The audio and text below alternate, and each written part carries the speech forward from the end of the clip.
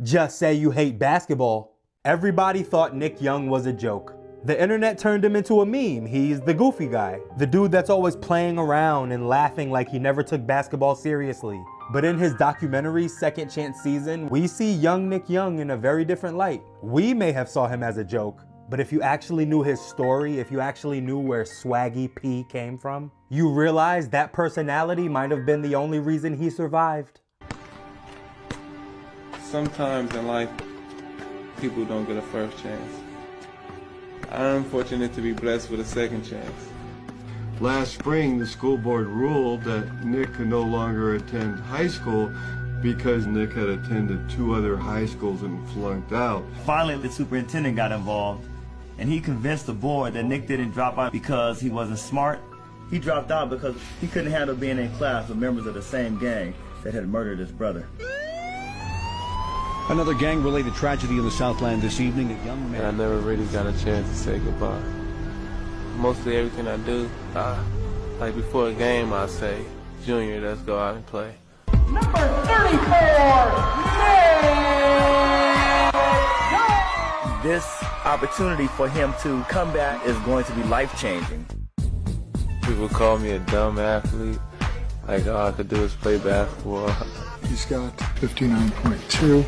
If he gets a fail in that, he is not going to graduate. He's going to have to score at least the 800 or better to qualify for a scholarship. There's probably a 50-50 chance that he's going to get an 800. There's been a lot of tragedies. That's why I go out there, try to make them forget about it. This is more joy I ever had in my life. You understand me? This year with Nicholas. He came and come see me play. He's only here in spirit. That guy that did the crime. I'd be willing to exchange my life for his life if I could. I want to see him dead. May you have great success in your career that you have sought out for yourself. You don't get the ball to Nick, you come in, you got to just do some damage.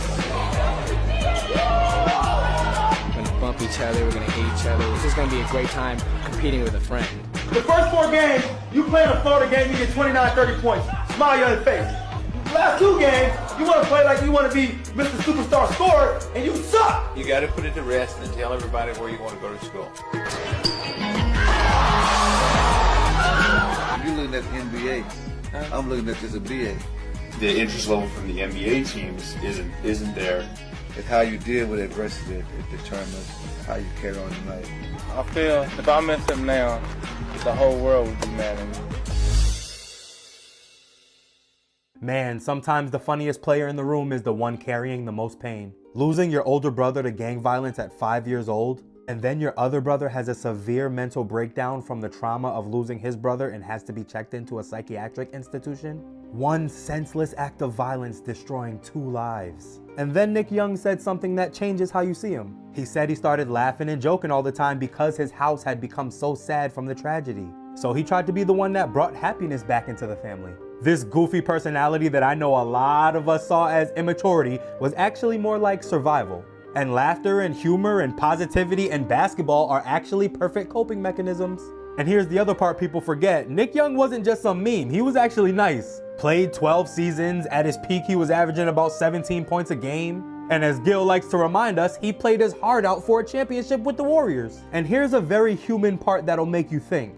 We spent years laughing at Nick Young, calling him a clown, saying he didn't take basketball seriously, but most people didn't even know what he was carrying before he even got to the NBA.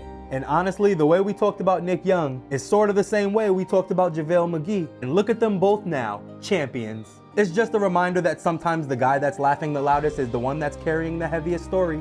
And if you can't see how basketball is such a beautiful thing and how it can be the thing that can get you through anything,